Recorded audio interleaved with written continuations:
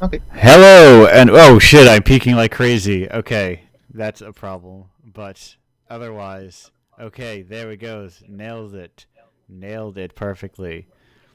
Hello, and welcome to another edition of Indiepocalypse Radio. I think everything is looking good to me. Let's see. Looks good. We are here once again. Welcome to Indiepocalypse Radio. Your what do you call it?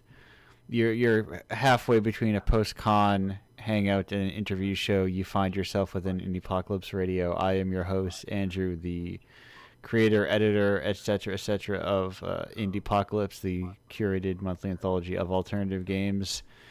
Here we have guests from that aforementioned anthology of alternative games.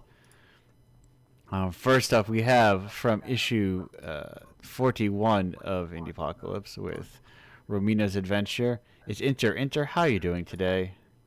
Hello. Um, Fine. I I ah No, no. I I've been spending the day cleaning a bit. I'm doing spring cleaning. Yes, that's. I have to do a little bit of that. I have to. Um, I cleaned a little yesterday looking for a Windows install. I ended up making a new one, but I did find it eventually. But because once you get started, it's like, oh, I kind of want to just clean up this whole thing and like get the space all organized.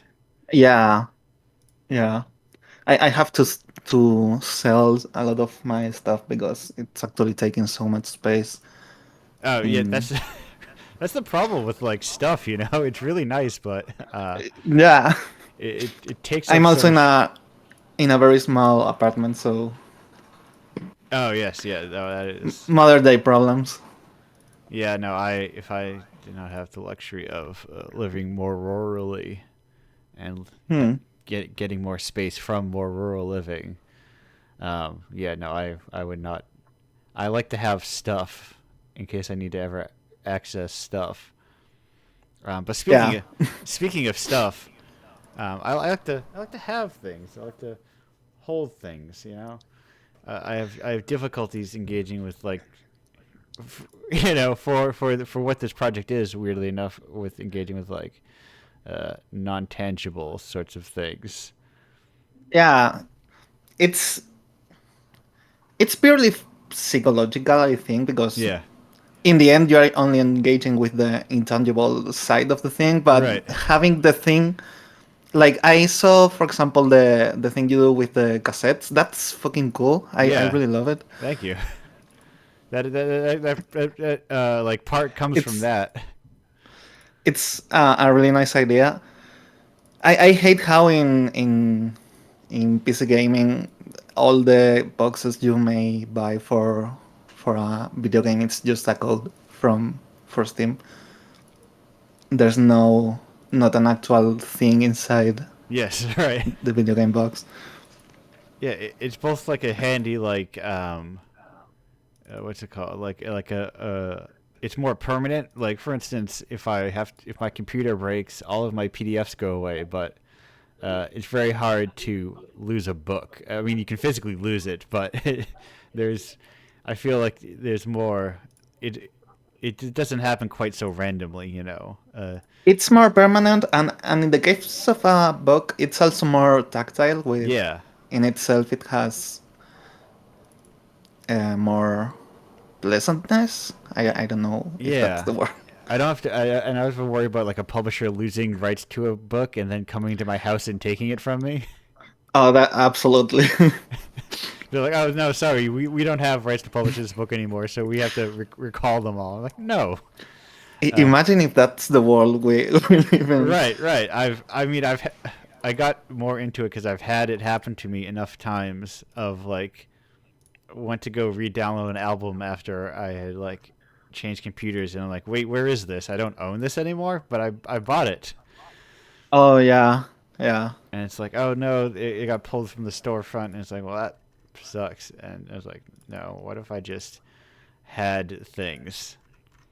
It's also why I have like 80 or like a couple of backup hard drives. But enough about all of that. Or at least for now, I have an important question for you that I need to know off the top.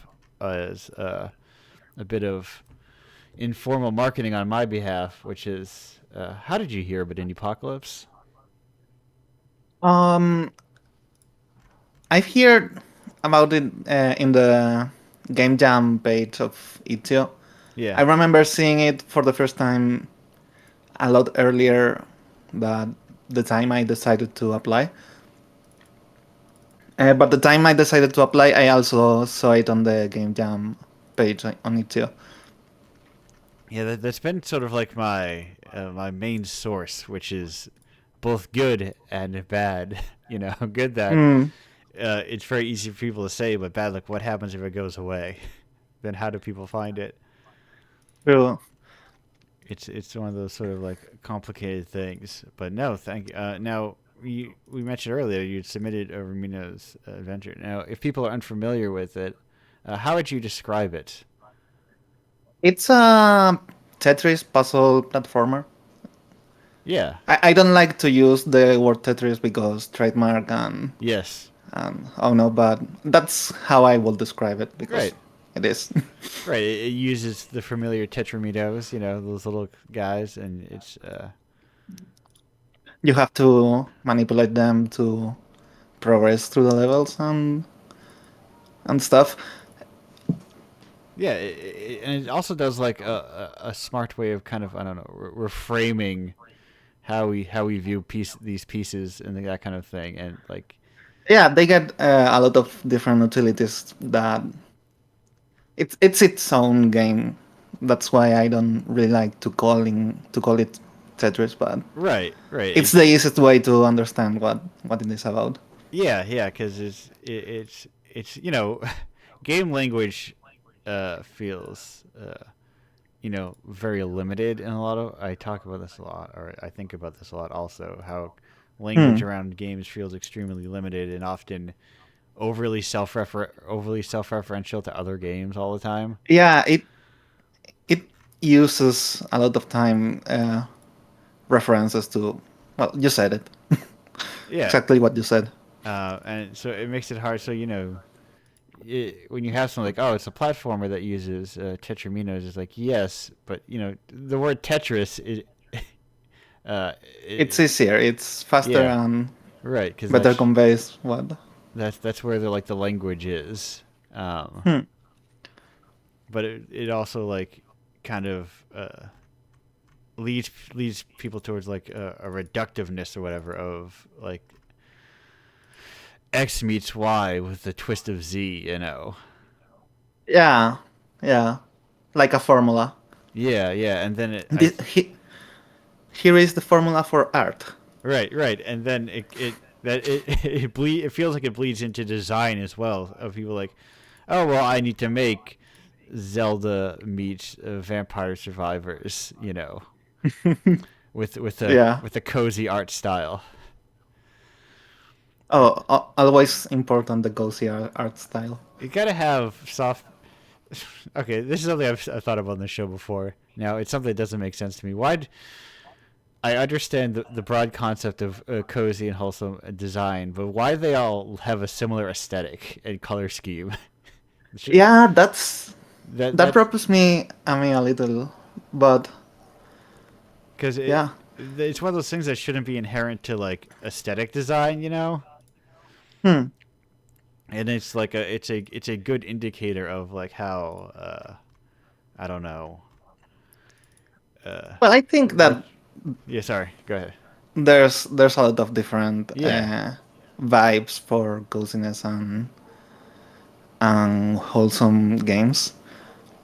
it's probably But yeah when I try to think about it, it's true that my mind kind of just thinks on one single thing. right it's because that is that's probably also the thing that gets promoted the most broadly Yeah, probably. and becomes like I the find it shorthand. curious how that niche grew through the time. Yeah, yeah, it's just Like it expanded quite a bit. it feels like the other side of the horror coin, uh, which is itself Oh, uh, yeah, I didn't think about that. it feel and then they're both similarly like very easily shorthanded aesthetic sort of things, Hmm. but one scares you, one I don't know, makes you comfortable. Yeah, it's actually the exact opposite. Yeah, and it's just kind of. But is that are these things present in like now? Actually, this is other thing about right now that I'm not personally sure of. Maybe you have an answer to this. Does cozy exist in other mediums or like wholesome? Uh, hmm. Like wholesome movies? Do those exist in other? Because I'm thinking about them like because horror, of course, is like it's a staple genre. You know, uh, Yeah. it's kind of like hey, this is your low budget, high return, aesthetically strong, sometimes often genre. But it is wholesome like this kind of more distinct to games now? Ghibli movies. Oh yes, I feel like that's Oh, the Ghibli movies. I feel like sometimes that's True. disrespecting Ghibli movies to put them in that category. Uh, but yes, I think those you're right. Those often get filed into those, even if maybe whatever. What's the Wind Rises? There we go. I don't know if I would call the Wind Rises cozy or uh, Hmm. or Nausicaa or it's Nausicaa's technically not Ghibli. You know what I mean. You know what I mean. Um, it is. It isn't. But enough about this weird minutia of nonsense of genres that I get obsessed with occasionally. Hmm. What sort of games do you personally gravitate towards? If you're like, hey, I want to play a video game. Mm, let me think for a sec Yeah. because Do, or do you not have a preferred sort of like comfort I genre? I like well, I like platformers, I Yeah. guess. I like games that are also more about the mechanics, but Yeah. I also like games that feel personal to the people making them. I'm also obsessed with Splatoon. Right. You know, I like that's one of the other little like things I like about the show. You know, it's a lot of the show in Indiepocalypse itself is a lot of people making like shorter, personal, experimental, etc. games, but everyone has like it's the importance of a balanced diet. Not everyone's like, oh, I like experience, so that's all I play. That's all I experience in life. Yeah, yeah, I like variety. Yeah, it's like I That's what I will say. I like visual novels too. right. I don't read lots of them, but when I do, I really like them. Yeah, yeah. That's like you don't have to. It's the thing of we don't have to all be whatever the omni consumer. Yeah, the That likes everything all the time. That is like I experience all art. I have played every video I game. I know a few people that are like that, and I'm always astonished. Like, how do you do that? How is it possible? Right, and Like, last game I played was 4D Golf, which was mind blowing to me. wait, sorry. I don't know What was the if you game? know it. 4D Golf. You saying for the golf or Yeah, no? it's mini golf but with 4 dimensions, Oh, okay, and it gotcha. makes a really good job making you understand the 4 dimension. That's really cool. No, I have not, but I will think. That's also the nice. There's a thing I want more in games. Like part of that is like I feel different genres or different music. I think is the most prime example of this. But I like the idea of people Hmm. saying I like this thing, and you going I don't know what that is. Uh, because people would have such broad different tastes. Yeah, And I would love to see like that become like a more commonplace thing in games of like, oh no, there's a couple touchstones here and there, but generally, like everybody likes something different. Oh yeah, I totally get what you mean. That would be really cool. I try to not always fall into the big games, big hits. Obviously, the ones I like, well, I'm going to Right. play them. Yeah. I don't really like games that take too much time from me, and Yes. especially when it feels they are wasting my time, which happens with a lot of AAA. I will say lately, but it's been going for 7 years, I think, or Right. eight. Right. There is like it's a weird thing where I got this kind of like a thing in my brain of like I want to play Diablo 2. Um, Hmm. and I thought about that. And I thought about remember when was it? What are they on? Like when 3 came out, I remember. Oh, it's about endless seasons and endless new content, and it just goes and goes. And like I remember, oh, and 2, there's a even with like the hyper end game, there's like a finite end to it, you know. Hmm. And thinking about how it was like this series of like, oh no, there's a pushing towards like a never endingness of games, you know, of like you need to always we want you to play this thing forever and ever and Yeah, ever. because it's what makes most money. Right? Yes. That's the only reason. It's yeah. It makes you get a lot more money if people are playing your games forever and constantly paying for battle passes. Uh, and that is the weird like the battle passing of games is also very bizarre. Yeah, like I see the appeal of how is it called, live service. Yes. Like I don't think it's inherently bad or wrong. I see people think that, but I don't know. I think it can be fun to have a game that is evolving through time, Right. and you revisit it and it's changed, and oh, there's more stuff now and things. That's why I like Splatoon 3 Yeah. in particular, because uh, I how was the word? In addition to having that, it isn't um, taking money from you to Yes. have that. You buy the game and that's it. Yeah. There. It's and that's like the weird kind of classification of games of like that's technically a game, but is it?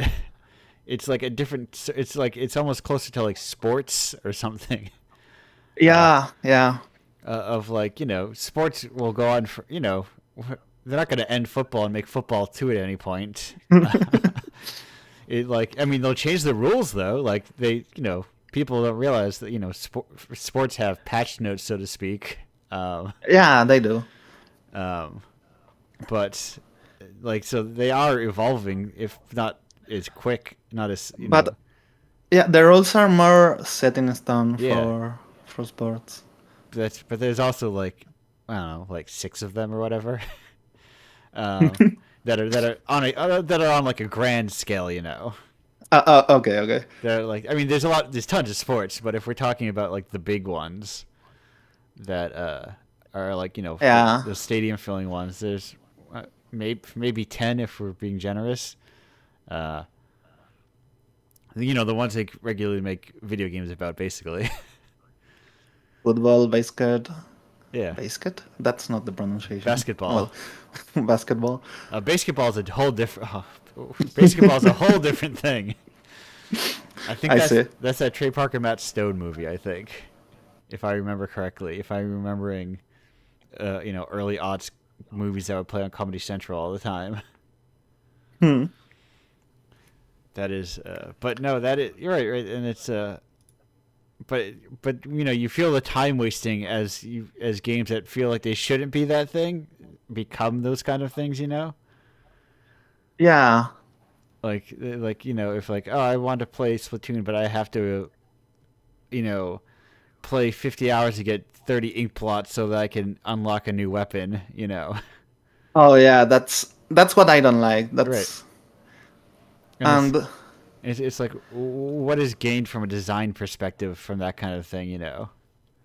a time waster. Right, right. Like the That's optimized for you to spend time on it. Right, but like the live service elements of something like having competitive seasons or having like Splatoons. Whether I don't know what they call it, but like they still have like those Yeah, weekly they contests or have whatever. Splatfest. You mean? Yes, Yeah, they have it. yeah, like those are also live service things that make, but they don't require you to be like don't feel like an essential part of a game. Yeah, it's not. It's a fun activity, side activity of the game. Like you get to vote, and then you can play a couple of matches. And you participated on it, and that's it. You don't have to be all weekend farming. You can if you want, Yeah, but but you don't. It's like not an essential part of like. It doesn't lock away any part of playing the game. you are not missing a bunch of stuff. You are missing maybe some consumables that you can circumvent by other means, but Right. and those other means aren't paying real money, which is what itches me the most about these kind of things when you have obstacles to push you to pay with real money so you can don't have So those obstacles. right. So I don't have to play the game. Yeah, that exactly. That's the thing. It is a really weird. It's like I don't want to watch this movie. I mean, it's Spark Notes almost in a sense, Cliff Notes of Hmm. like I don't want to read the book, so I'm going to pay for someone to explain it to me. But it's a game where it's like, and it's the same thing with books. Like, isn't theoretically the point of a book to have read it? Uh, Yeah, but it's like if an author puts a lot of filler between pages, right. so you can pay to skip the filler, and I don't know. That's what irks me about the modern game AAA thing. Yeah, yeah, and it's uh uh and with it's with the shuttering of things that are not that. Oops, I missed. I forgot to have my chat thing open. People are talking so rarely. What? Uh, What? adults, I'm thinking cottage core. Truly, like replaying Diablo 2 constantly is a curse. It activates a certain part of my brain. But we are closing in on this the end of the segment. If you if you Oh, if you believe it, it goes by so quickly. Um, yeah. so I have a couple of stock standard Indiepocalypse questions, uh, Okay. and that is first off, what's your favorite type of rock? Favorite type of rock? Yes, Like in the music genre or stones? open to interpretation. Okay. Hmm.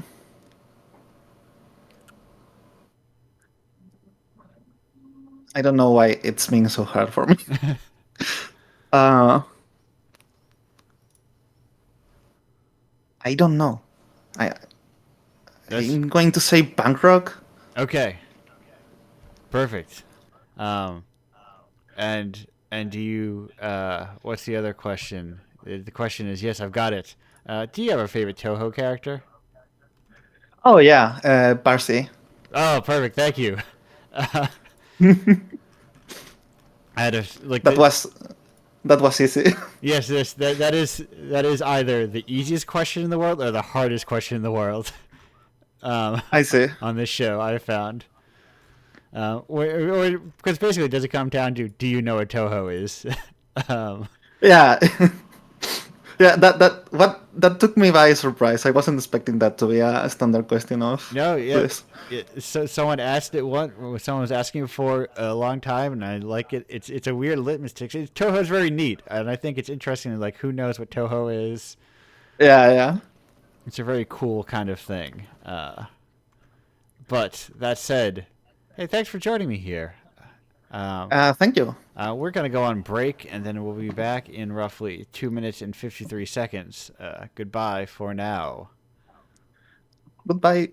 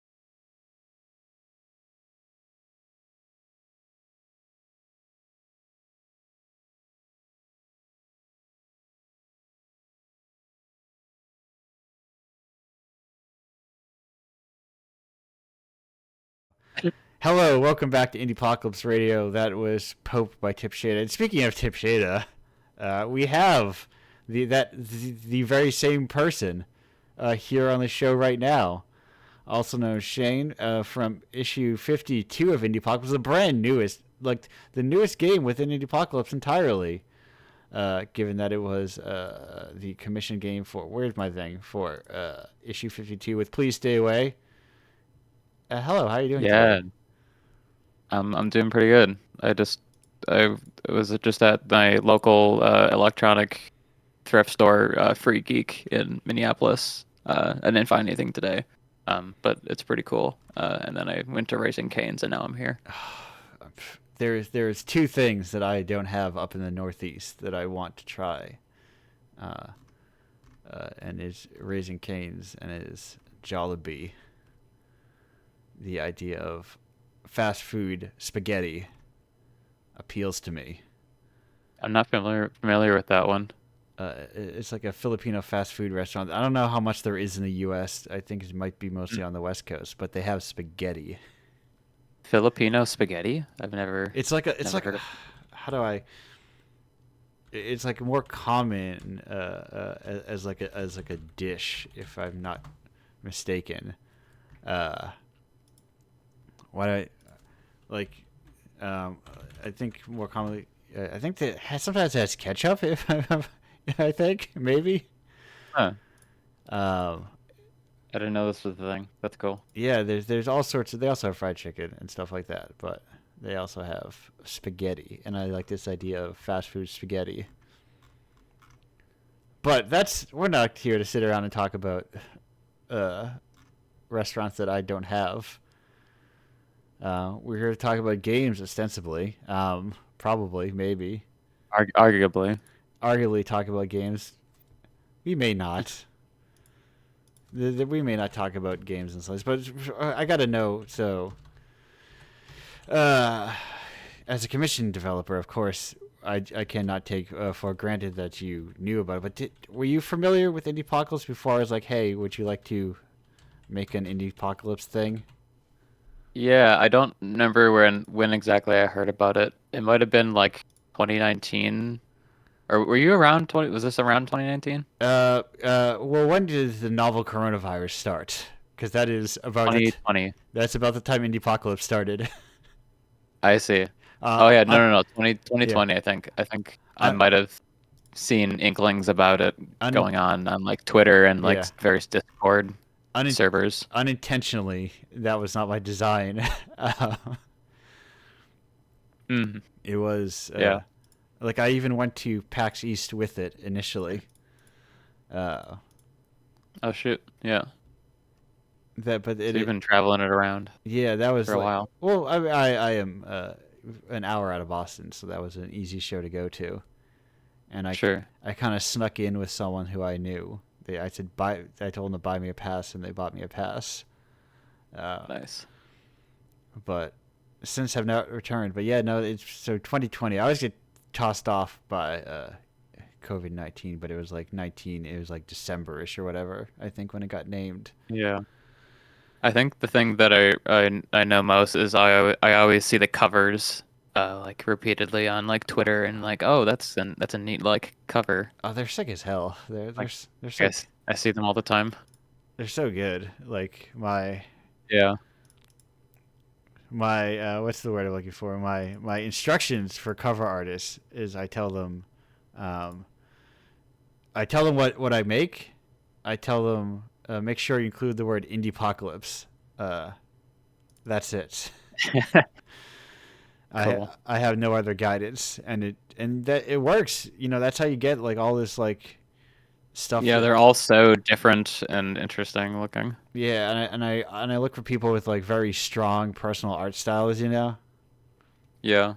which which is the weird thing at like cons where there's like tons of artists, but uh, the cons kind of like funnel people towards like making art for whatever pop culture stuff is popular at the moment. Yeah. Or So is it just like make art, make whatever? right. So it's like it's hard to often get a sense of people's personal styles sometimes, or that kind of thing. So I spend a lot of time just like looking online for very very strong aesthetics. But also I find that I look for that within games as well. As a commission dev, my instructions are do whatever you want. I don't care. Just like make a game to your whatever kind of desires you want. Yeah. And so Which is what I went into. You pretty much had the same. I mean, you had even less requirements for me because I didn't have to have Indiepocalypse in the right, in right. it. You have to. You don't have to. You don't have to have something in your splash screen that says like "made for Indiepocalypse." It just. Yeah. Uh, I don't even require people to mention that they made it for Indiepocalypse at all because like it seems kind of silly to platform yourself, Hmm. But if people are unfamiliar, like say people who had computer problems for the last week that they've been Yeah. grappling with and are not familiar with what exactly Please Stay Away is, what is Please Stay Away? It's a little like point and click game, the first one that I've made, I think. Actually, that might not be true now that I think about it, but I But can't you've been remember. advertising it as such. Oh no. I have an advertising it, so I'll go with that. Yeah.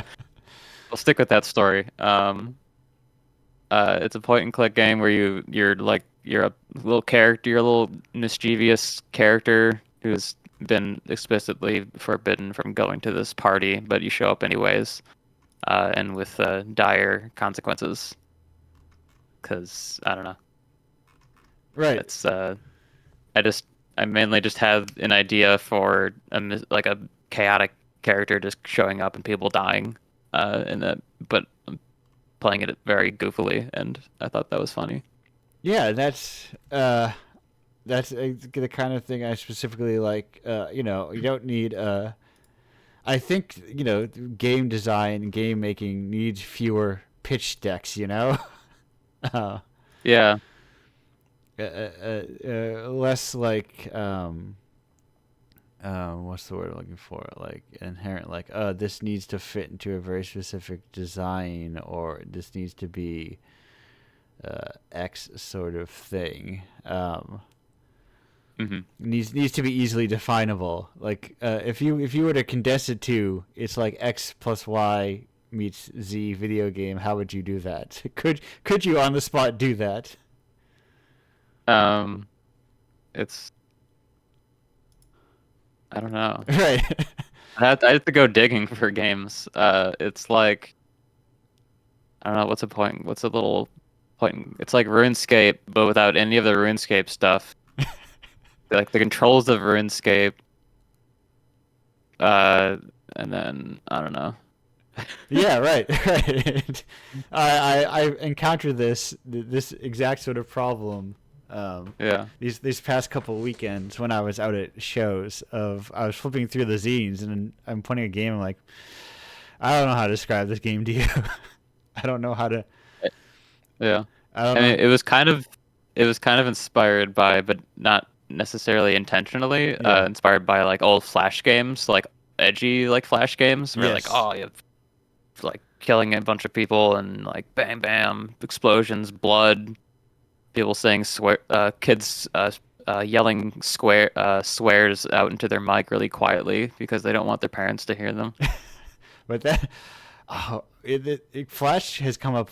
I wonder, is that going to be like the new a return to aesthetic? I'm in a way, I kind of hope so. Flash has been coming up on this show more often recently, of like Yeah. allusions to. I mean, that's not a genre, but there is like. It feels like there is like a move a more like there is some parts of identifiable like artistic movements you can see within like the Newgrounds Flash era. Yeah. I mean, I still see people making stuff of that style. I mean, Yeah. like Blake Andrews. Blake Andrews makes a lot of their stuff is along Yeah. that Yeah, that there line. there are like still like within that kind of hobbyist space, and I like the I feel like when I say hobbyist is a good word, I think, even if it still has like weird loadedness within like English. We don't have a great Yeah. word for what hobbyist dev is, you know? Hmm.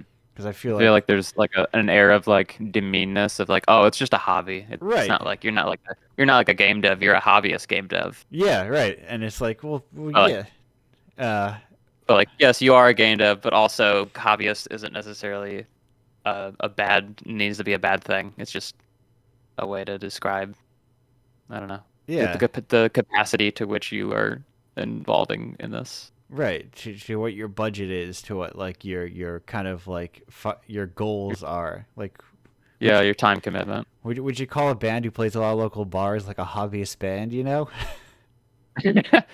Probably not, we're just but you what? could. You Yeah, very could. yeah, and it's like maybe because like games have too much money in them almost inherently, or like there's too much money in games. It feels like, or or like Or an at least they want to think there's more money, and then they miscalculate yes, because of course they do, and then now we have the past year of layoffs. yeah, right. Or there's an assumed amount of money in games, so like it's hard to. Yeah. Yep. Like I was talking to someone when I was up in Toronto, and he was mentioning that like people like you know Indiepocalypse. I was talking about this as I want to do at shows and like the games within it. And he was saying something effective like these aren't even considered games to like with you know like game industry culture. You know, like they're not even like a consideration, or not that they're not considered games, but they're not even a consideration like full stop almost. You know. But, Um, like not like wouldn't be considered for like awards or something like that. or just like they don't even think like it doesn't even get that far. They don't even think about them. Like when you're talking about like indie games, uh, Hmm. for example, people are probably not thinking of like uh, you know the kind of stuff that you do. You know that a Blake Andrews would do, that a Paradise would do, that a Domino Club would do. You know they're not like uh, Hmm. within that kind of like headspace. It's like oh no, an indie game is like Hades too.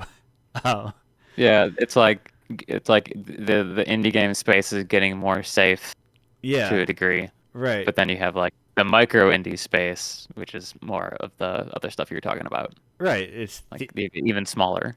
the exciting stuff.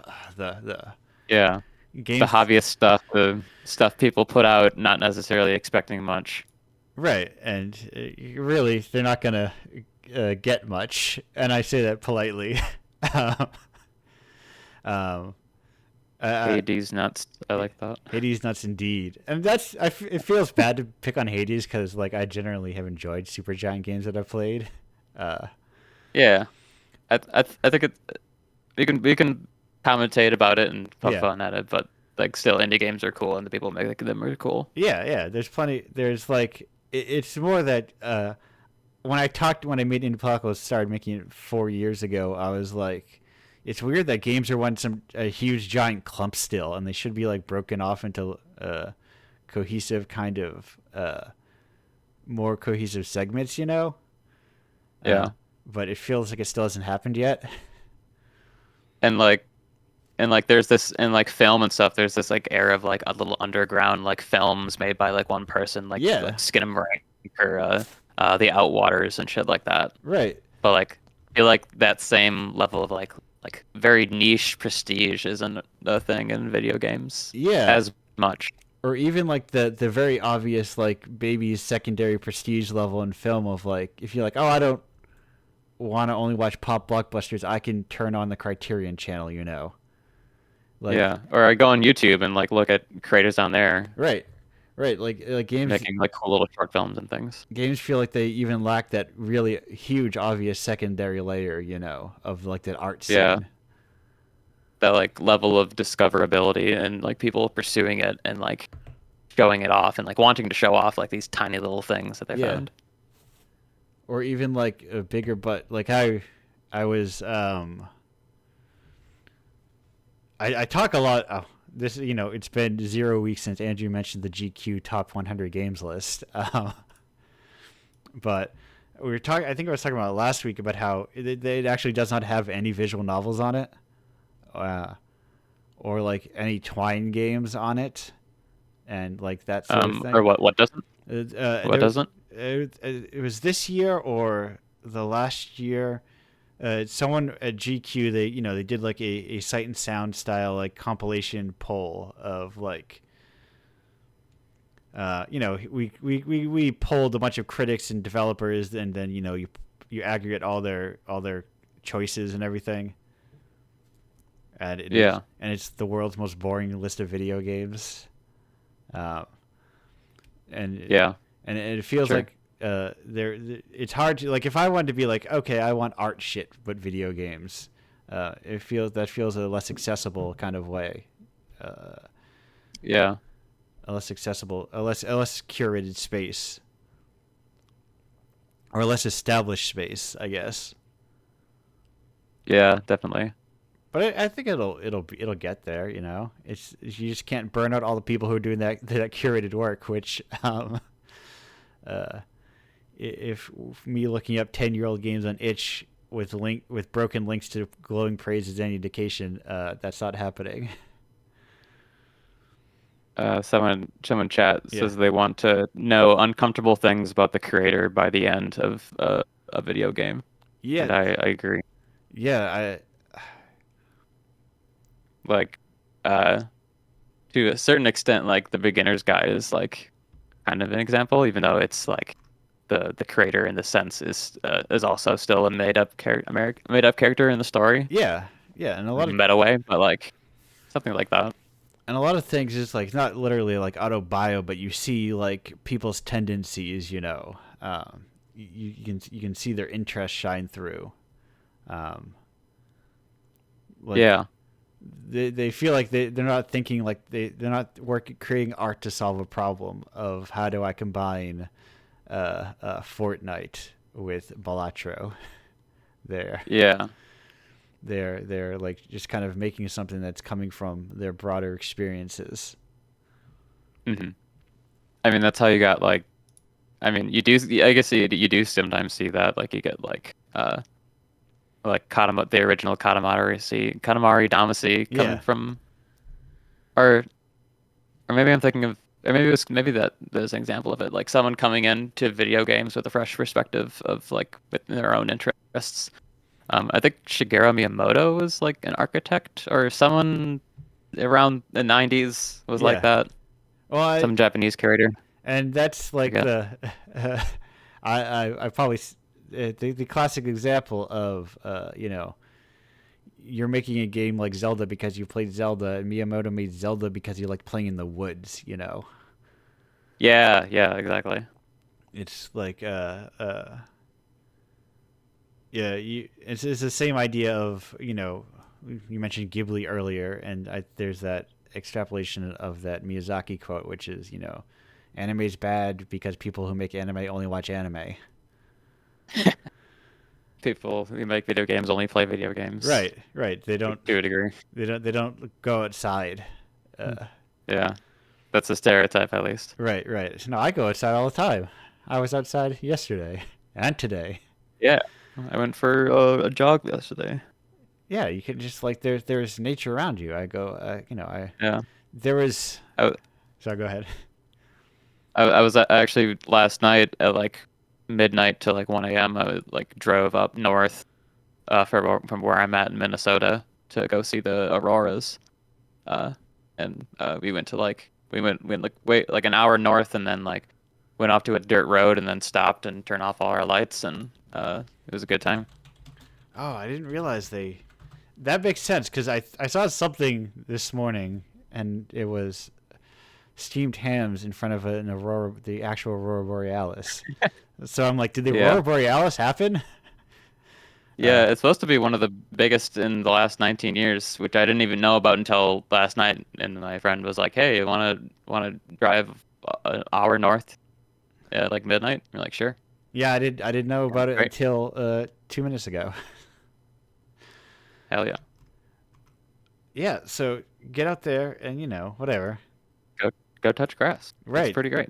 it's Grass a is lovely. right. It's a great little roll around in it, Yeah, sniff it. and go, huh? How does this grass relate to video games?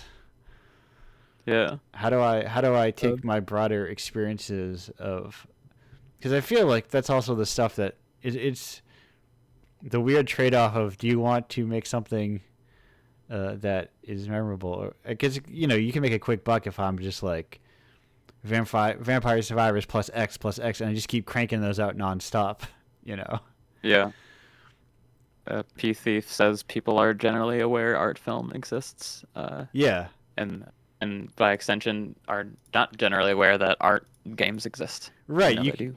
You could make fun of the, like, the stereotype of the 6 hour long Eastern Bloc film where nothing happens or whatever. Yeah. But what is Like that? I feel like in the way that people share like clips of like little art films and stuff and like make video essays about it, like there could be that same thing about like art games and Yeah. stuff like that. But it's a struggle to get people get the momentum. I think most importantly. Yeah, like I think because someone had just released an interview recently, or like an interactive interview sort of thing, and I'm thinking, and around what I was thinking about was like weird that like uh, howling dogs is not like canonical within games. Shouldn't it be? Like it seemed like a thing that would just be like forever. Like it would just, but like games doesn't have an art canon to catch stuff like that. I guess. Yeah. It doesn't. So it's like, where do those games go? Like in The the infrastructure is not there. right. Like where does the how does the culture? Where's the culture to catch that kind of stuff? Um, it's odd, and it feels like that's done by in other mediums by old people. And old people, polite, complimentary, um, Yeah. who are just like, Old old people keeping old movies alive. right. There's like old cranks who just like, I like this thing. When I was on freegam.es, all these games that I Yeah. know, I loved But Teleport and Tower then Plus. yeah, and then at some point in the process, it becomes cool for like young people to like discover these old movies and be like, "Yo, this is cool. Have you heard of this movie?" And Yeah, like, there's a whole scene around that, and then they get into it, and yeah, right. And then it's just kind of like, same with like music or whatever, and all this kind of like, yeah, every medium, but games have it a little worse off. But yeah, I think part of that is just people burning out so constantly. You have no old guard. I mean, yeah. although I think Terry Kavanagh is still doing like weekly free games or whatever. So there are the people out there Hmm. that are still like Yeah. I mean, connected. I feel like there was definitely a wave of it that approached when uh like in like 2020 when the I almost said apocalypse when the COVID started. There's definitely a big wave of lots of little sites that popped up, and like some of them are still around, Yeah. like well and No, I was like, I had, bullet point.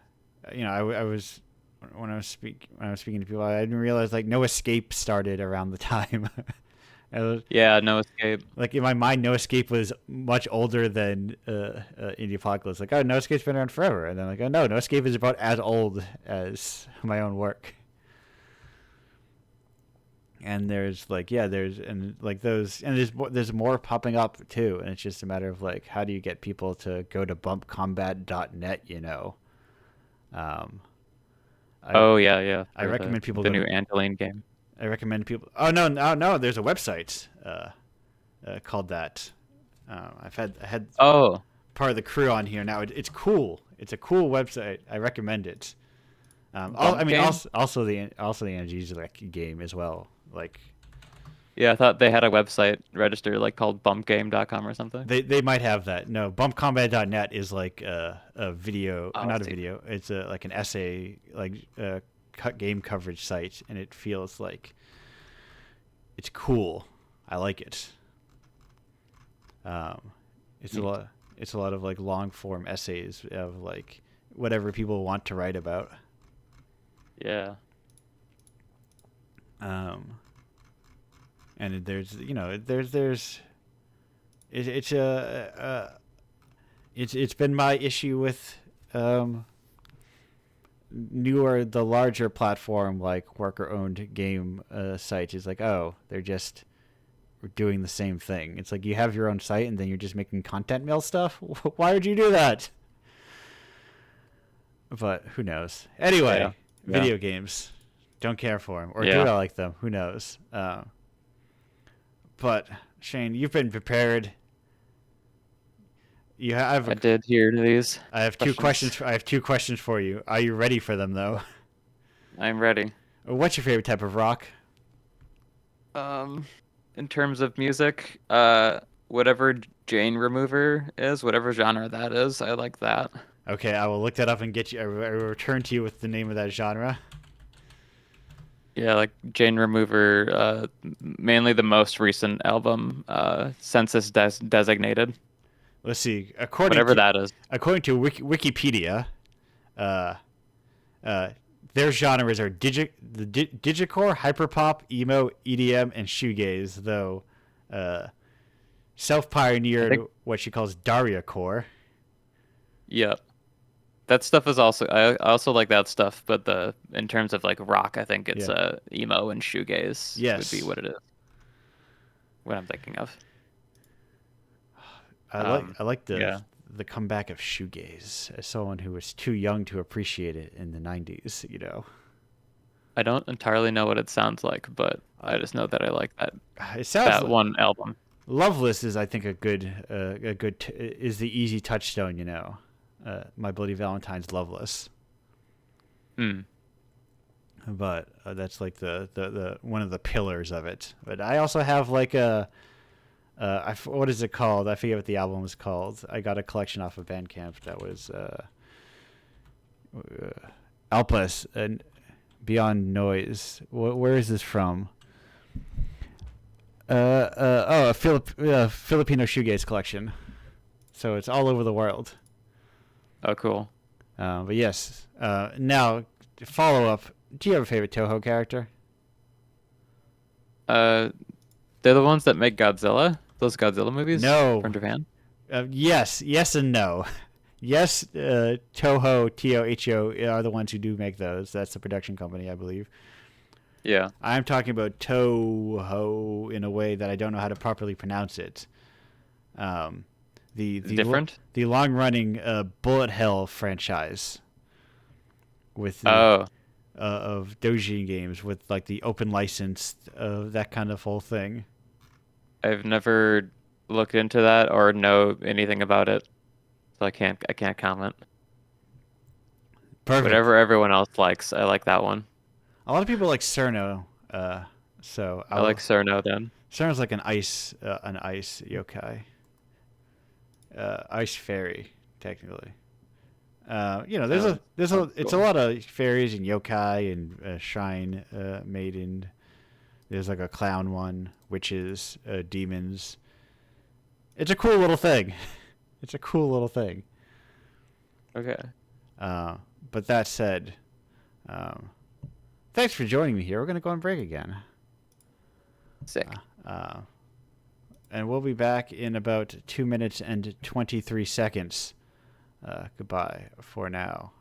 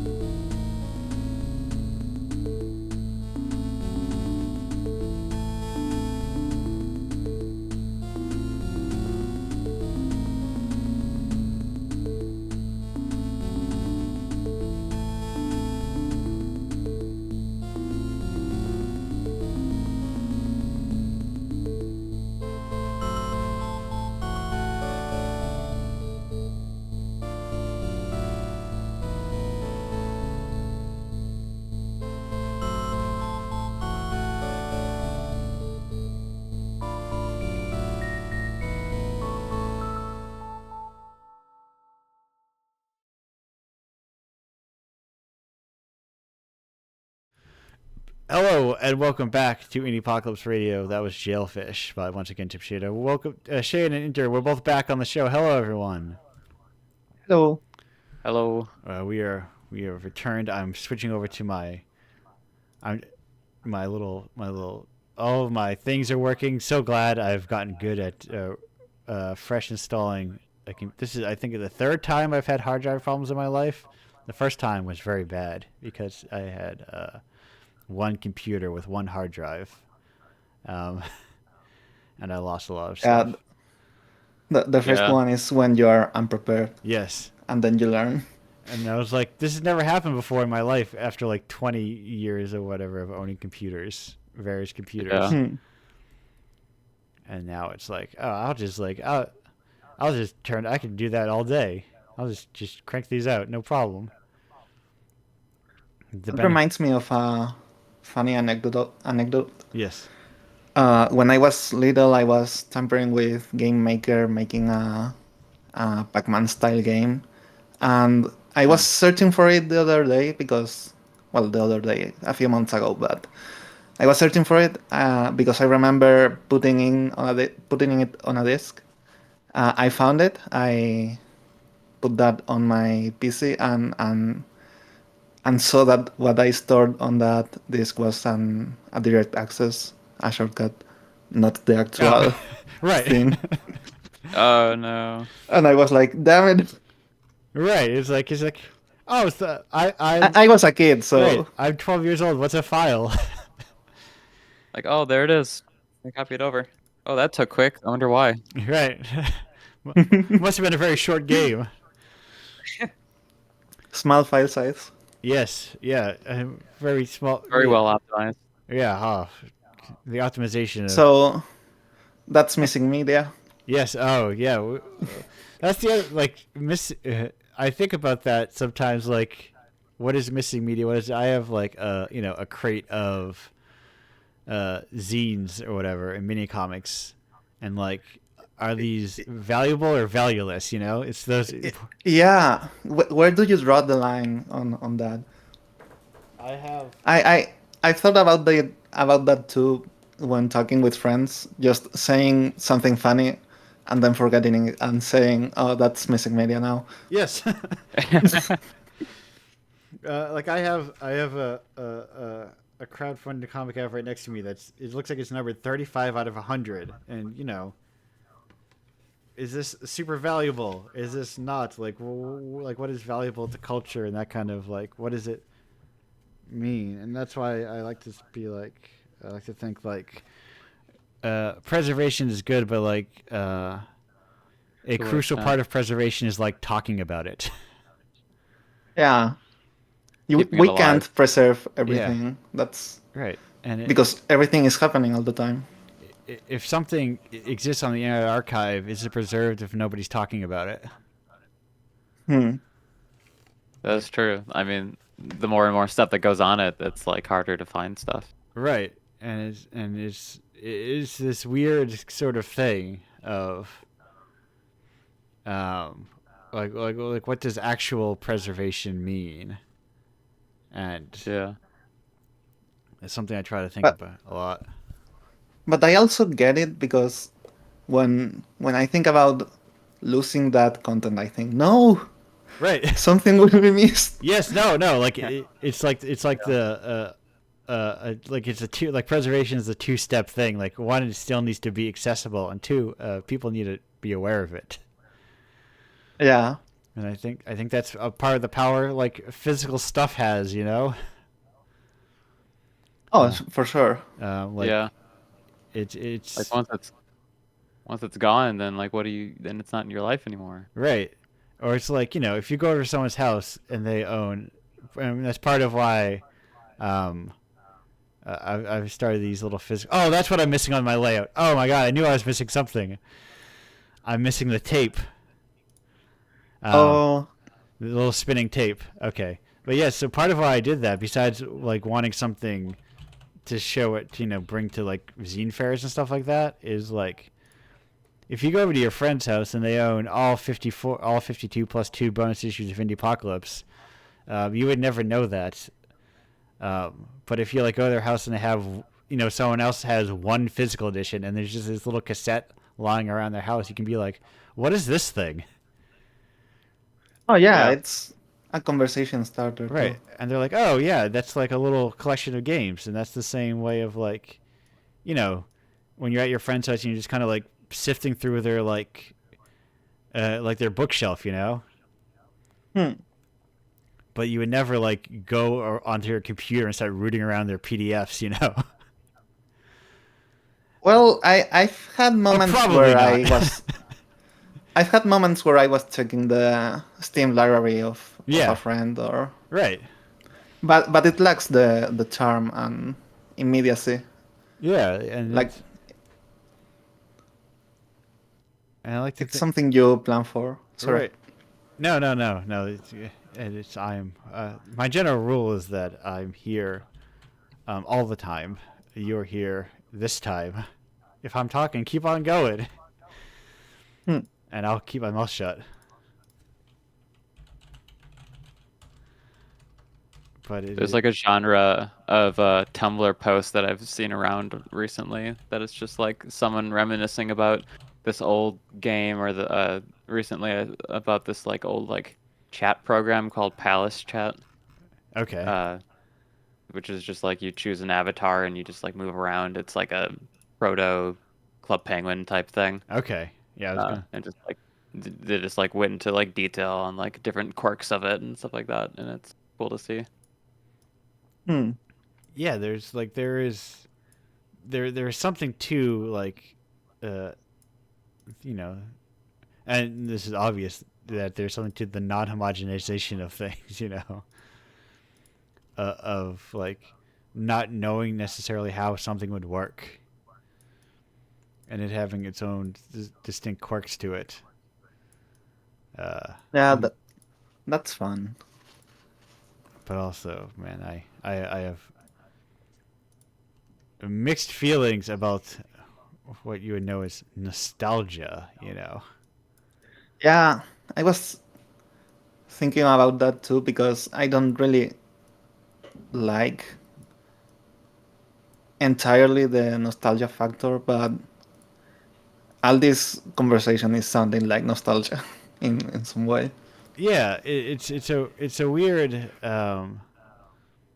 like I don't think about it of nostalgia often of like pining for when ooh hard drive sir. Now I'm sorry, I was reading the chat. I was thinking about CompuServe things scattered around, Yeah, I'm not but sure what CompuServe is. some large scale computer company. Um, I think they made some games as well.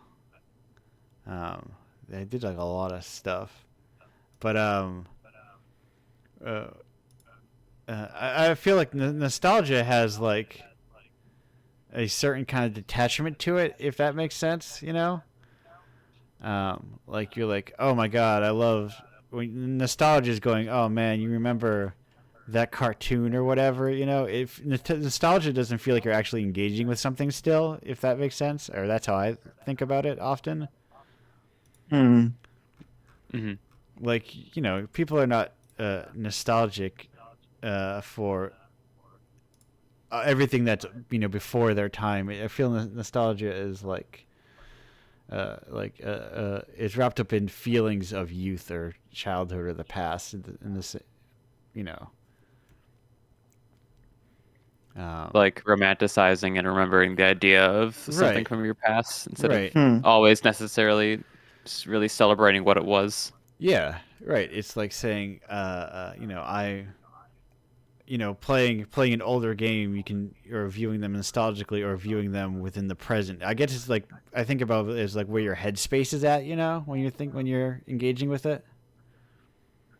Yeah. You're going like, oh, dude, yeah, I remember playing like N64, dude, so classic, dude, the N64. Or is like, no, are we sitting here and engaging with Quest 64 on a serious level? in the present day of 2024.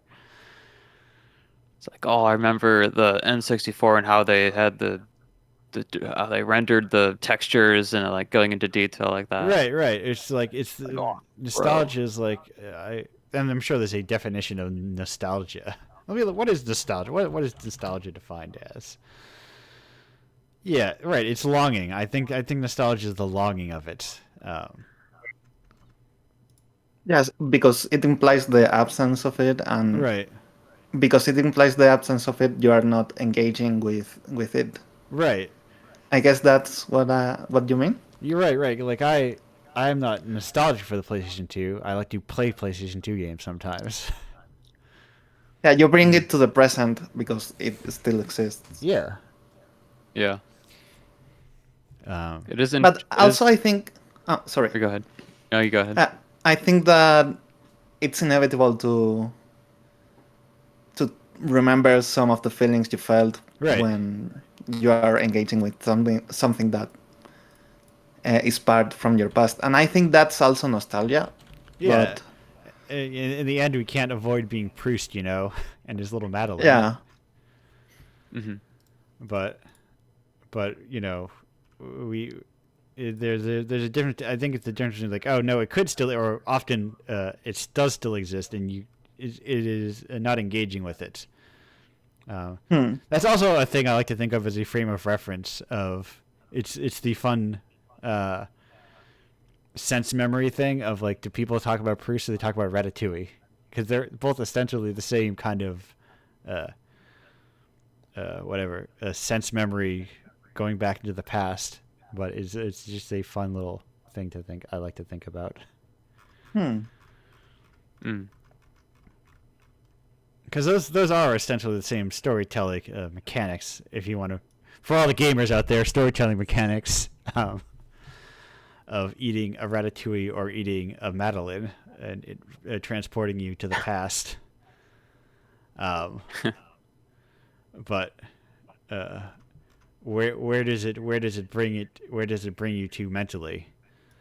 Um, but anyway, uh, that's a whole other. We're not here to talk about books, I guess.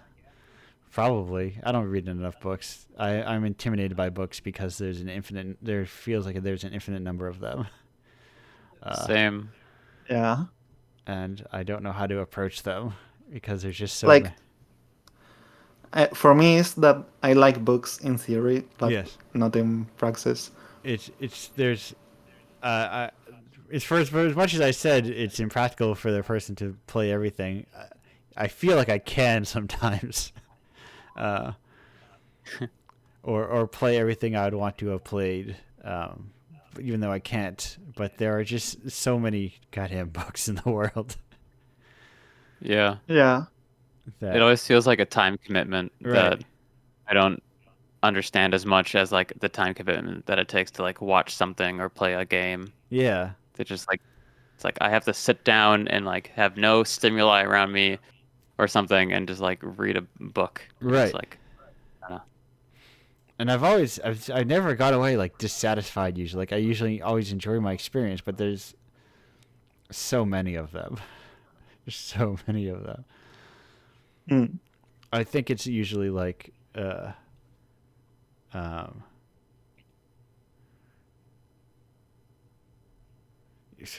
yes, I'm going to read In Search of Time and make my Proustian video game.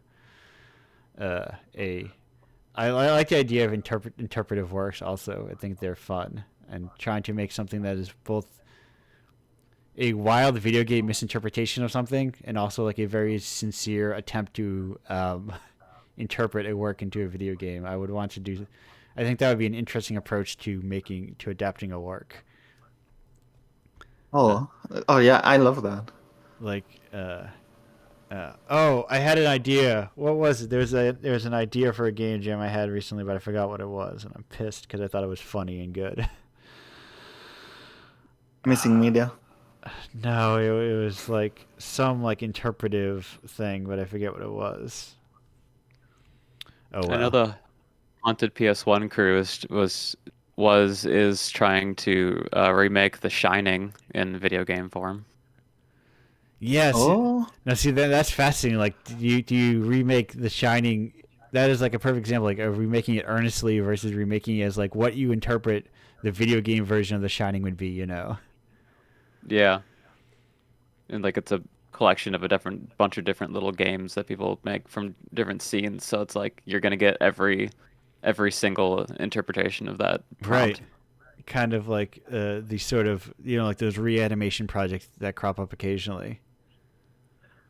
Yeah. Oh yeah, they, definitely that. they Uh, should do the Shining as a collectathon plus I don't right. know, first person shooter. Right, because Yeah. that's the thing. Like, do you make it like, oh, if I made The Shining in the same era of like that 16 in Genesis Super Nintendo era, is it one of those giant like Euro style maze games where it's just a huge open world, huge open vertical platform level, where you're just like collecting uh, what you might call it, you're collecting like pages, Oh yeah, pages from the typewriter, book. or pages from Yeah. a typewriter, and you're like, huh. Anyway, video games, they're bizarre little things. That is that it is like I know one jam that exists within my brain that I don't want to uh oh, are we talking about Bob.com? My god. I can't Wait. believe. Is that what am I thinking of? No, I'm thinking of what's the thing I'm not thinking of? Um I'm thinking of a different .com. Was there just something called the .com? No, I was thinking of something different. Oh, fuck, what is it? Bad Game Hall of Fame wrote about it. It's like some screwed up 1-bit console. Uh, what, 1-bit console? Yeah, it's like a 1-bit console, but it's like old and bad. I forget what it is. Oh no, Is it just like a screen that's just white and black? I think it is, I believe, but I forget what it is. I'm I feel like I remember like a 1-bit game someone made that's like that. It's just the on and off. And that's the game. Oh, no, I meant 1-bit color scheme. Oh, I see. Like just purely black and white. Yeah. Gotcha. Oh, I forget what it is. I know. Oh, this is a very long article.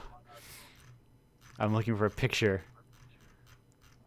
Um, I mean, I guess I could look through my own copies of Indiepocalypse. What am I doing? Uh, uh, my God, this is very long.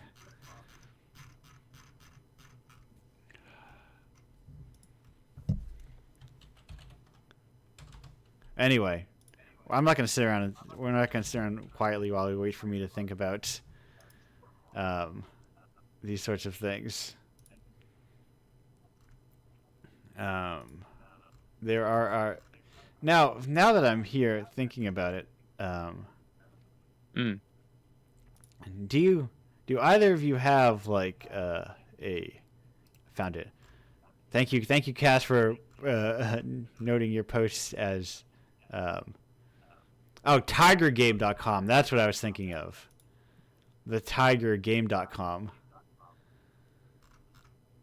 Um, Let's see. it's like a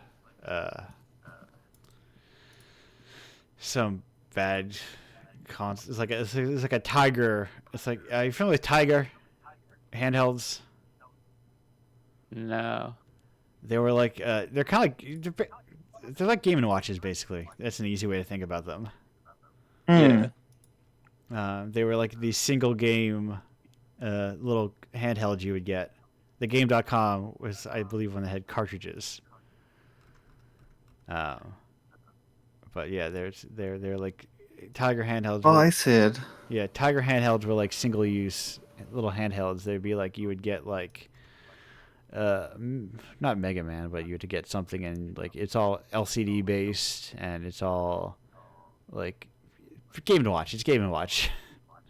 Uh, but like 10 years later or something. But same principles to it. Hmm. Someone in the chat says there is a bomb.com game, Rivers Stay Away From My Door, an endless platformer where you play Frank Sinatra holding a door over his head as the water level perpetually rises. Yeah, that's what got me. Bomb.com went in my brain, and um, Oh, for gotcha. for a moment conflated it with the TigerGame.com, and thus where my brain went. Ah, I see. I missed that connection. No, that's you can never be beholden to not getting with the connections my brain made, because I often make a lot of them and do not bring people along for the ride. Um, but that is. Oh wait! I know. Bombed. This is friend of the. See, there's so many people out in the world of like. Doc.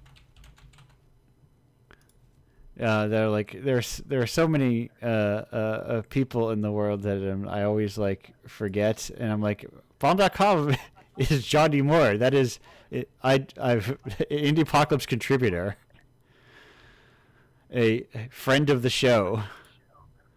I'm like trying to find this. I can't. I'm searching like bomb.com. Yeah, I'll give you a direct link to the game, and I'll sling it in the chat as well if people are curious. But Yeah, I there's was having trouble finding it too. Oh, I see. yeah, I have it on Glorious Trainwrecks as well. yes, yeah, Speaking of modern iteration of Flash games staying alive, yes. the site Glorious Trainwrecks. Yeah, that is it's games for game's sake, you know. Yep. Through and through. Um, that is a, and I think that's like, I grew up on that kind of stuff. Um, long nights on Newgrounds, playing a lot of dumb bullshit that's probably not good, or like, Yeah. Oh, and I mean that like very complimentary of just like people just kind of making stuff. here in Spain we had a website called minijuegos.com, which is minigames.com, uh, Mhm. which was kind of the same thing, just Newgrounds, Flash games, a lot of variety.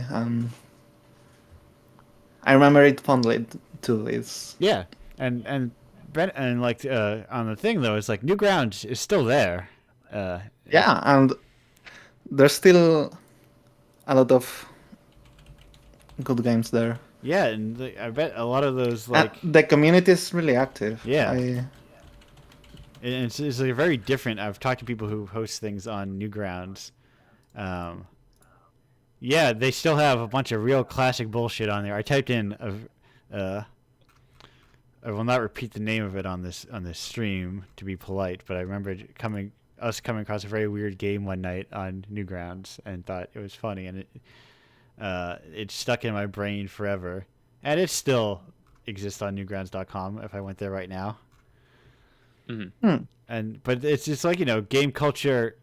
Newgrounds feels separate from like game culture, in the same way that like Glorious Trainwrecks feels like these things exist, uh, like distinct from like mainstream games culture, even like mainstream indie. Yeah. I yearn for a. Not everything has to hit a critical mass that's impractical, and not. I don't want that either. But I like the idea of there being like a place if you want to get into different stuff. There's like an easy off ramp for you, Yeah. and Yeah. it's a little more scattered. Yeah. Yeah, Like that's the word. Newgrounds with its own space until like the different artists that like grew up with that site and like eventually went off to do other stuff, and then we got like Alien Hominid Yeah, and all of the games by that developer and like Smiling Friends and stuff of that yeah. ilk. I don't know how many people have heard of. Hmm. There's a game I think people might have heard of called Super Meat Boy. Um, Yeah, Emmett McMillan, yeah, like also from that space. and Oh, and it true. and Itch has that. Like Itch is also very good, but it uh, I don't know. It's different at the same time. Yeah. I feel like there's less of a homogenous like identity to itch, and it's just like a cool site that Yeah, is great that it exists. like I don't know if there's not I don't know if there's like a culture to Itch. I don't Yeah. think there is, and I don't know if that's good or bad actually, Right. because I think I yeah. really like from time to time entering on it, getting a random game and enjoying it, or just getting a taste from it. And I don't know if a unified culture will contribute or differ from that experience. Right. I guess I don't know if I'm making sense. Yeah. No, that makes sense. Yeah, I was having a conversation on Mastodon with someone recently, and they're talking because someone had tagged me and talking about like indie curation and finding stuff or whatever. I forget what the exact start to the conversation was, but I do not name search. But when people mention me, I sometimes when people tag me specifically, I will sometimes show up. But it was like I found myself thinking like I don't know what I want. I don't know how to get it, and I don't think it matters too much. I guess Hmm. if Hmm. if that makes sense. Like how do you bring people towards whatever this theoretical? Because they were talking about like how, uh, I guess there's discussion around like Hades 2 came out and that by surprise and that ruins a bunch of people's releases and everything and Oh yeah, how everything is so dependent on like a singular good launch and that kind of thing or like how, Yeah. how do you find longer tail stuff like and I was like I don't know like I don't think you can make people more curious inherently. Yeah. Like I we've feel like it's also just a matter of time because games are relatively new still. Hmm. Like I'm talking about where earlier you were talking about art films and that stuff. I feel like games aren't there yet, but almost there. I don't know. yeah. Hmm. Yeah, there's a wide space for games, It's just, and it's mostly I think games are suffering from what a lot of there a thing that's not unique to games in that people there's a push away from for lack of a better term curiosity.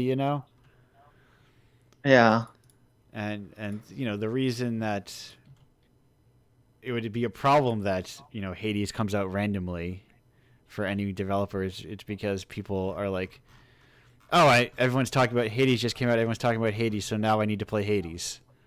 Uh, as opposed to Yeah. I'm just kind of going around and doing my own thing and playing the things I want to play and taking recommendations from my friends and uh, not following the trend of whatever is trending at the moment, which is something I've just kind of always done, and I don't think that's like it's just a thing people do. Uh, yeah, because Yeah. you want to be part of the big conversation yeah, because we Uh-huh. are social creatures in the end. So Yeah. they're Someone yes, says yeah, someone says that there are 10 itch games for every Steam game and 11 Roblox games for every itch game. yes. I was reading the exact same thing, and I'm I'm I'm I'm really curious about the Roblox games. I was talking to someone recently at like a post. I did not go to PAX East, but I went to a local hangout or after like post of the first day, and someone's talking about how they're taking their Roblox game and making it into a real, uh, not real game, but you know what I mean, like a Roblox outside of the Roblox Not ecosystem. yeah, not Um, Hmm. tethered to that platform. and I was thinking about like, are we going to see a wave of like, uh, there's probably like do mods to video games, Hmm. StarCraft maps to video games. Are we gonna start like Roblox? So much modding stuff turns into, video games. Yeah. Arma. How many games are made out of Arma? Hmm. Yeah. Um, Absolutely, we are going to get a wave of Roblox authors yeah, just like Yeah. with time. transitioning out of that That closed ecosystem. uh-huh. Hmm. Whatever culture maybe developed down there, it could maybe fill out like Newgrounds did. Yeah, it's interesting to see just like a different things. It's also why like I've used social media a lot less because once you're away from this, all the stuff I'm talking about doesn't exist really anymore anyway. This kind of like homogenization or whatever. It's like, oh, that's not actually real. It's just like people who spend too much time on Twitter. Yeah. Hmm. I'm kind of like brute forcing it. But also the problem is all those people who spend so much time on Twitter have the most resources and money usually. Uh, so it perpetuates that kind of thing. But I've Yeah. I mentioned going to these shows, um, and I at all those shows I sold more in an individual day than I sell on any Indiepocalypse launch day, easily, like by a wide margin. Hmm. And I that's like me theoretically reaching, thousands of people on the internet as opposed to the couple hundred maybe that walk through the show floor at best. Mm. I guess it takes more effort to physically go there, so people are more invested Yeah, and on these and things. and Yeah. there's like a you're going there to buy art, you know. Yeah. Yeah. It's kind of nice to like go and get like a little cassette as opposed to just like clicking some buttons and downloading something to your downloads folder and then Right. extracting the zip and making sure it works on your computer. And you're like when you're logging online, you're like not inherently going there to buy art. You're going to there to do 80 million different things, Hmm. which is why I think like this game developers making like some physical versions and going to local shows, which are also usually very cheap. like uh, even when I went to Staple in Austin, I mean I had to go to Austin, which was expensive, but if I lived in Austin, it would only be like $140, and that's like a lot. That's like a decades long. I think like a decades long like stock like Austin like staple, for lack of a better word, staple show. Um, Hmm. and there's tons of those around everywhere, and it's like, oh, I can $40 at a local flea market. Game dev will break even like selling like 3 games. Uh, Hmm. yeah. It's not even like in my like big weird collections or whatever. Like friend of the show contributor Ash K had also done a show, and they I did not give me the exact numbers, but did sold or traded like 3/4 of their stock of like, and they made like a collection of all their little like their short games and stuff, and their long all the games they made, and just put them in a little collection. Mm. And I think people, That's a good idea, actually. yeah, people think they're cool and like something that might seem impossible to sell like on Twitter or like Blue Sky or Instagram or whatever website you're on could actually Yeah. be like very easy to sell to like a person in front of you. Yeah. I actually haven't thought of that. I should maybe, because I have a bunch of games, I could put them in a little collection and just put them in a physical media and just go someplace with it. Right.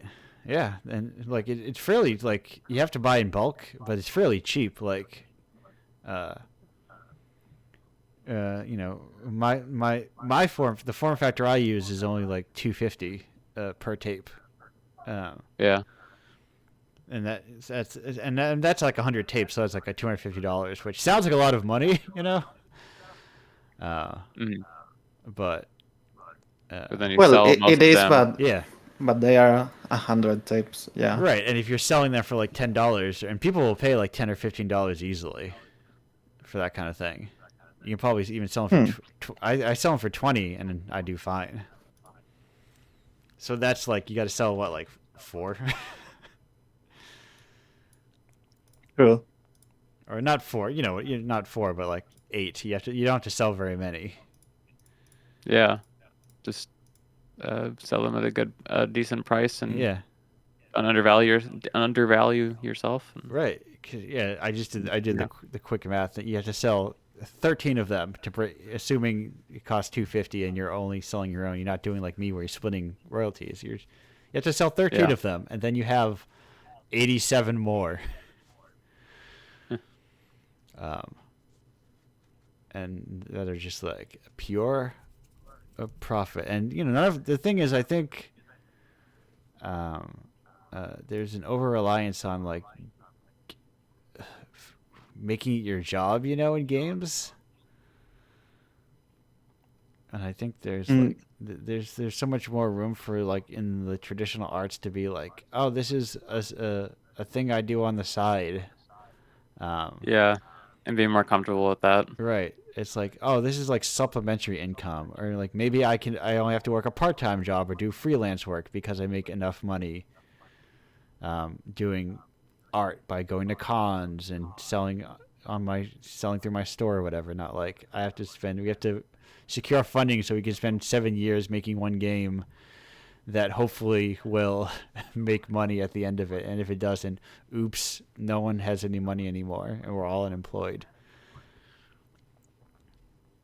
yeah, taking the risk and finding stability Yeah, get a job, like that. get a public works job filling in plot holes, and then go home and make video games. Hmm. Yeah. The true artist lifestyle. Yeah, Filling there's potholes. definitely other ways. Yes, Uh, yes. for for me here in Spain, I have the problem that I think I cannot actually sell stuff without becoming a freelancer, and that eats a lot of money on taxes. So Yeah, yeah. That's it's I kind see. of. I I actually had to put the Robin's Adventure was a paid game, but I had to put it free because I couldn't afford to keep losing money every trimester paying just the fee. It's yeah, the kind of yeah. thing where it That really that's sucks. that is like the tricky thing about like. I mean, my benefit is that I lose money. um, So I show up to the IRS with my sad eyes and say, "Look, I'm sorry. Look how much money I lost." And they're like, "We're sorry. Have some money back." And I go, "Thank you." That's nice. But yeah, that's the complicated thing of, um, oh, Being in the awkward middle ground of making so little right, or making enough Hmm. to where it's a problem. yeah, Here in Spain is also that the system for freelancer is kind of messed up. right, right. And especially like, I don't know how it is there, but probably not better. uh, yeah. or maybe it is America. Maybe America's the one thing we do is respect the hustle. Yeah, America is more freelancer oriented or friendly. That's the feeling I get. So, here, being a freelancer is either you have a unstable contractor that can pay you big, or you are losing money. Yeah. Yeah, that's because it's the like that awkwardness of like I don't have enough freelancing money to barely survive, and that's also with the fact that I'm not paying taxes on any of it yet. Hmm. Yeah. Um, that is. I am. I'm making connections between the chatter of Still Meme Emporium and someone whose page I was looking at very recently because they had followed me on itch. That's the other thing. I follow a lot of people. Like I try to be like. I think that's the other kind of important thing of like it's important to like try and I'm there. Try to interconnect with people, but recognize that not everyone likes interconnected within the same way. You know, like I don't like leaving comments on pages. It's just I don't like doing that. It's Hmm. and that's like on both on like social media, on itch pages, on like people's blogs. It's just I don't like that weird one way interaction style. It's just been very.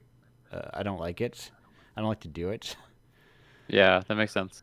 I prefer something like this. Um, but I also Yeah. recognize that also not everybody likes to do this. Some people are like, oh, I like to leave a comment and leave and not be beholden to, not feel like I have to everything has to be like a long conversation. Yeah. Or just people who don't like to do either and just be like, just Yeah. want to lurk. Yes. Well, Like that's cool.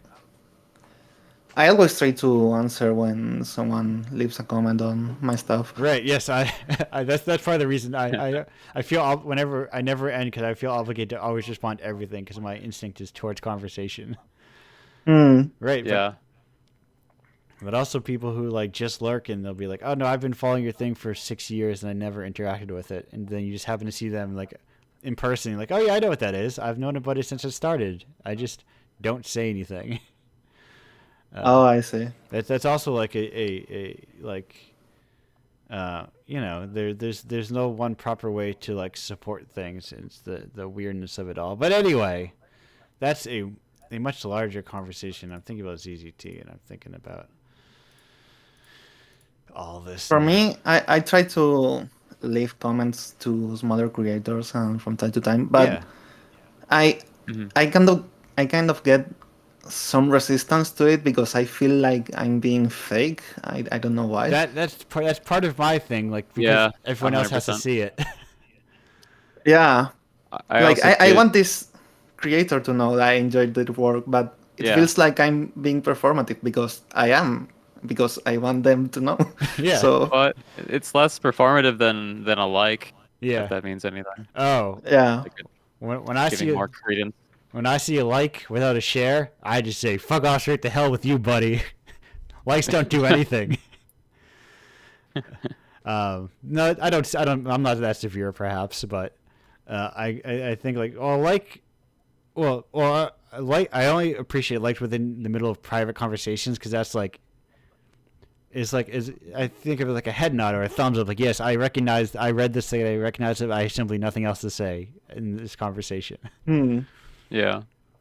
But if you're like new game came out today and someone just goes like, I go, what did that do?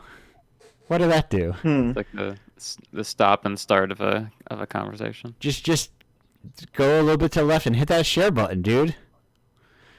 What are you doing? Oh, I also comment because I know a, a lot of sites have the algorithms where Yes.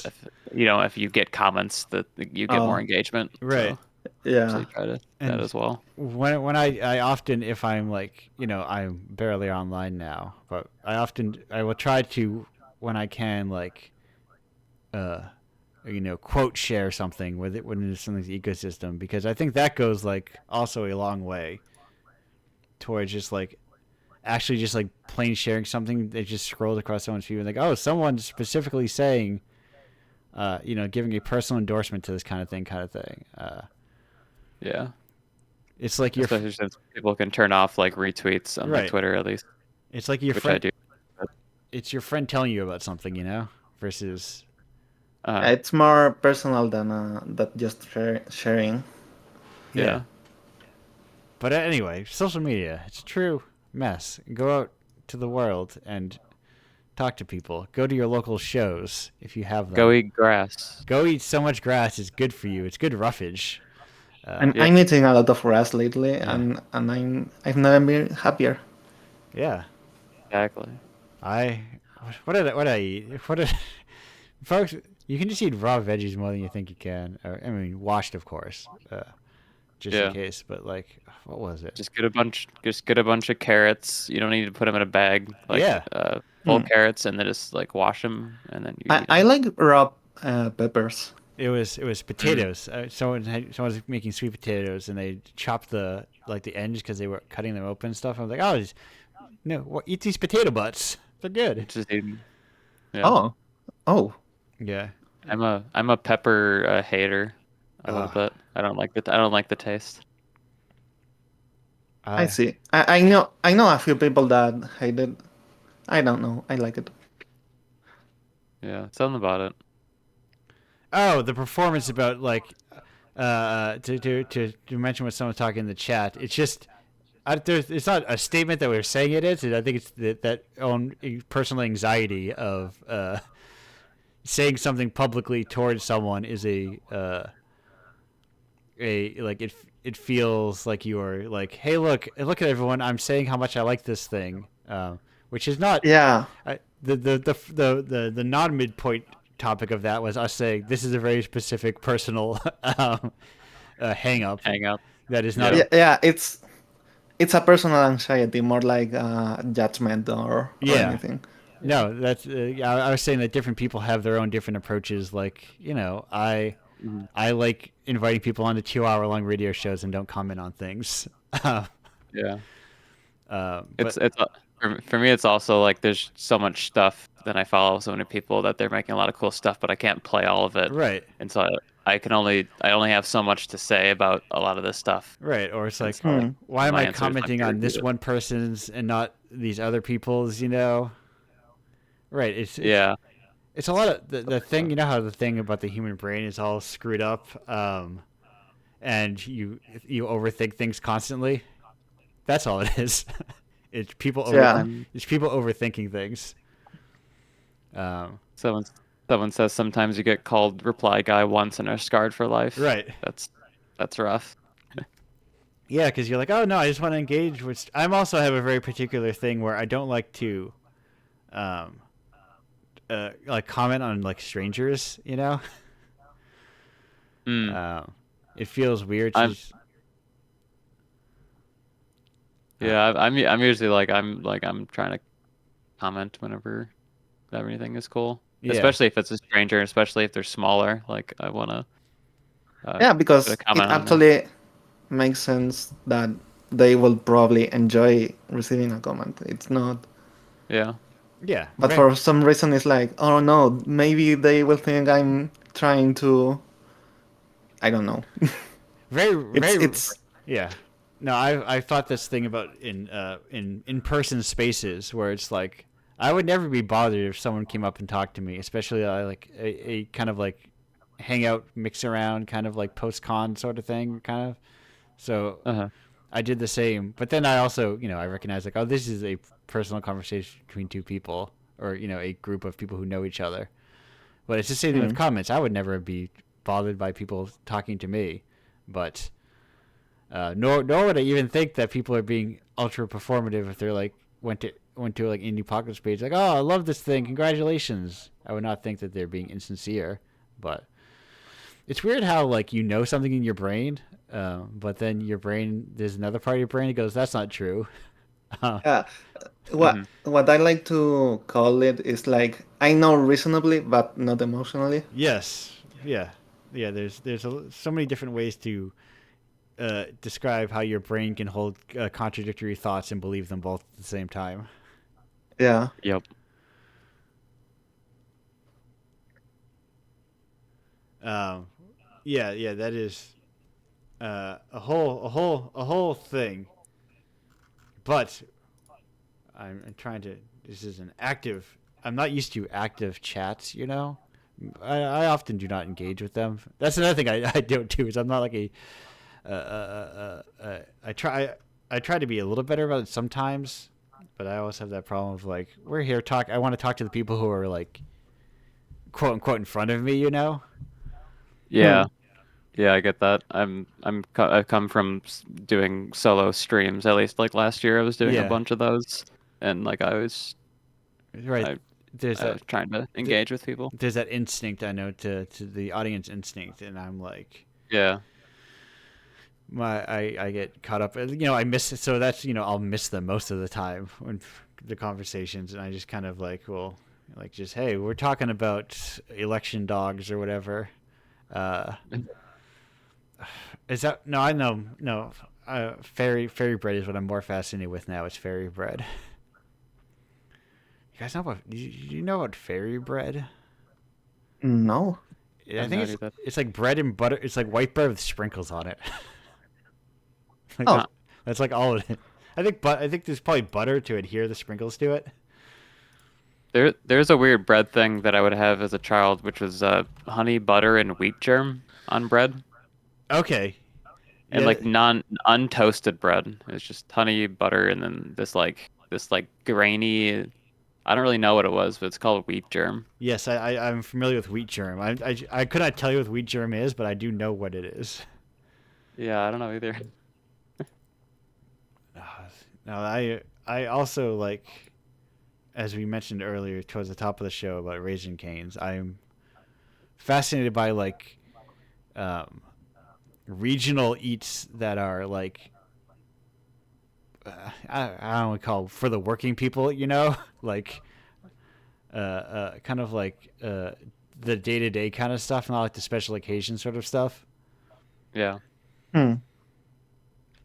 Because that's usually all I eat is is day-to-day stuff. yeah, that's what I eat. I'm not going to like the artisanal gastro. I mean, also I don't really have that many of them around here. Uh, Gastrointestinal restaurant. yes, a place that's going to park my car for me with valet service. Um, but there is, you get you see the couple like the regional delicacies like I was shocked to knowing that was it I think other places don't have linguiça, like linguiça isn't everywhere, at least in the US. But what's linguiça? Okay, so I guess not. um, Yeah, maybe it is, but it's called something different. no, it's a preparation style of sausage, I believe. I think it's a Portuguese thing. Hmm. It's a Portuguese sausage, and I have a I think where I am on in New England, so the East Coast area, we have a large Portuguese population. So, I mean, we do because I can get a lot of stuff. We have a lot of Portuguese places around here. A lot of stuff that has an egg on it. Uh, but no, that is I was shocked because I had a friend who moved down south and he was like, they don't have linguiça down there. I was like, what? What? Oh. Then what do you get as a nice spicy sausage? Hmm. U.S. is a big place. Yeah. Now I'm looking online. Popular California, Rhode Island, and Southern Mass. That's very few places, I guess. But yeah, that's what I mean when I talk about touching grass. When I talk about it, Yeah. like what is distinct to I like when things are distinct to people and like they feel like I'm seeing a part of something that I don't understand. Hmm. Yeah, the cultural differences Yeah. and differences in general are really fun to explore. Right. Hmm. Right. But that's I think we've had enough of this show, and I mean that complimentary mostly because it's going on for like 2 hours. But Yeah, I was about to say that I have to go and take dinner. no, I am thinking my stomach is rumbling, and I also want to eat. Uh, Hmm. but we are going to be Yeah. wrapping up the show. Does anyone have any last minute crucial statements or questions or things to say before we start wrapping up properly? Play indie games Yes, Yeah, and go talk about them online. or with your friends. Yeah. I used to have a thread where I put all the games I played, and I don't know why I stopped doing that because it was a nice chance to say, hey, this obscure little in the game I played. Here's Yeah. a 50-word review and what I thought about it.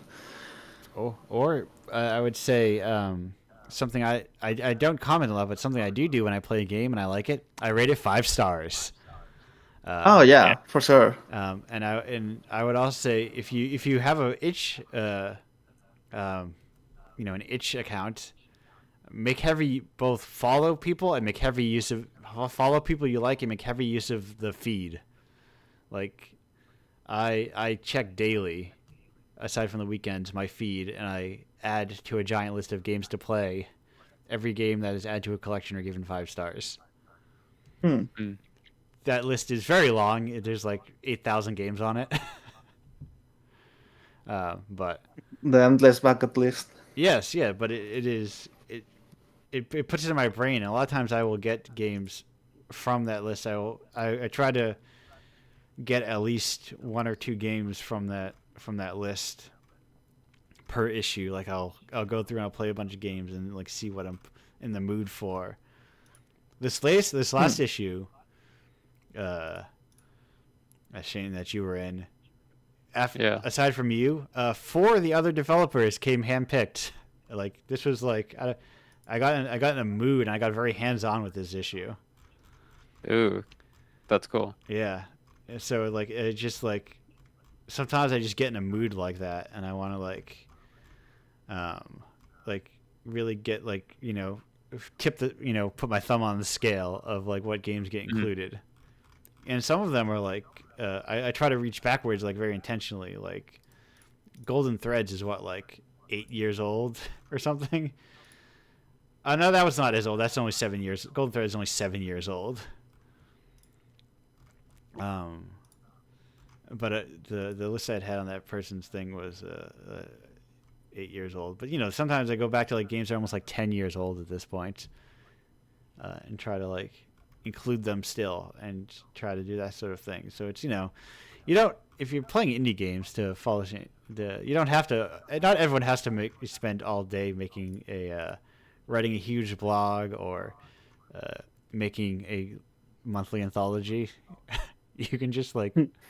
play them, rate them, follow the person. Like we mentioned all the types of interaction. Being a lurker is a thing you can do. Yeah. It's great to be a lurker as well.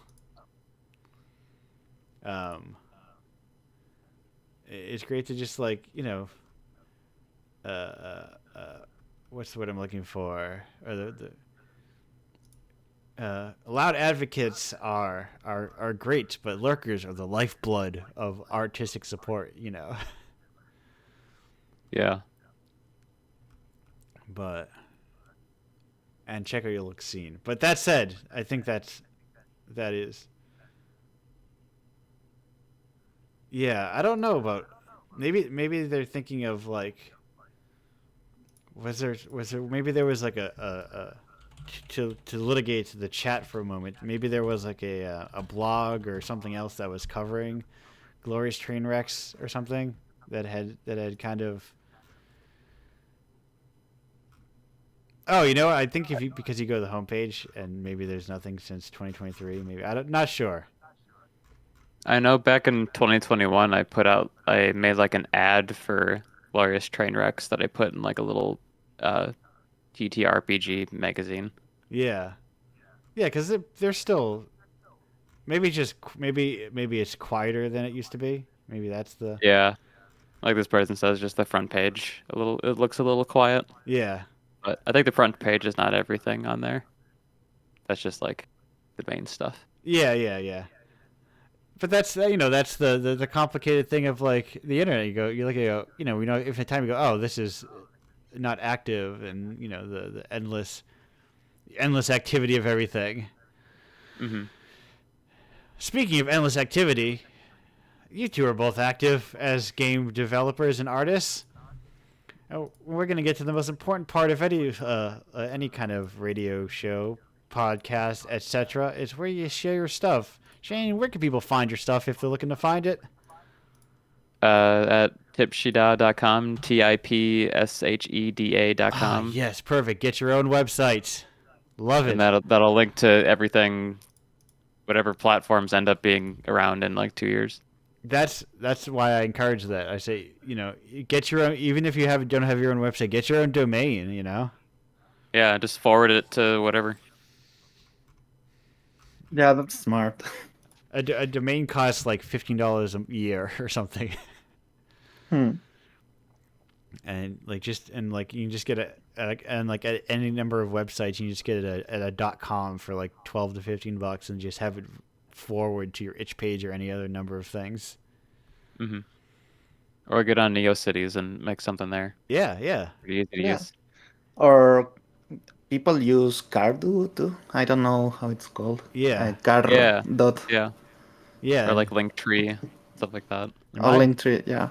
right. And it's like make your .com go to your link tree. That works. Yep. Yep. Make make your .com go to your NeoCities. That way, if you ever want to make something, you make something. And then if you don't, you still have your own. Holding out for the future where we separate it from like all these 3 websites and we go back to other people's websites. But that's harder to do. Enter, hello. Yeah.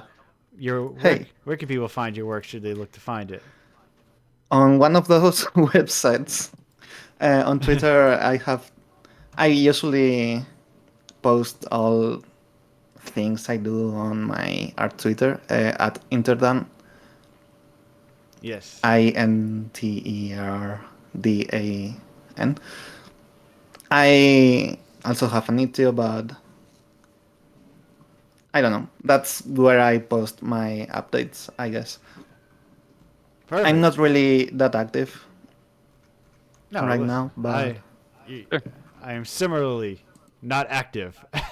uh, I post online. I would say 5 times a month. hmm, 4 radio shows plus a new release. Then that's just like, hey, that's life. Speaking of me posting, Yeah. where I post, where you can find me, indiepocalypse.com. I've got it right there.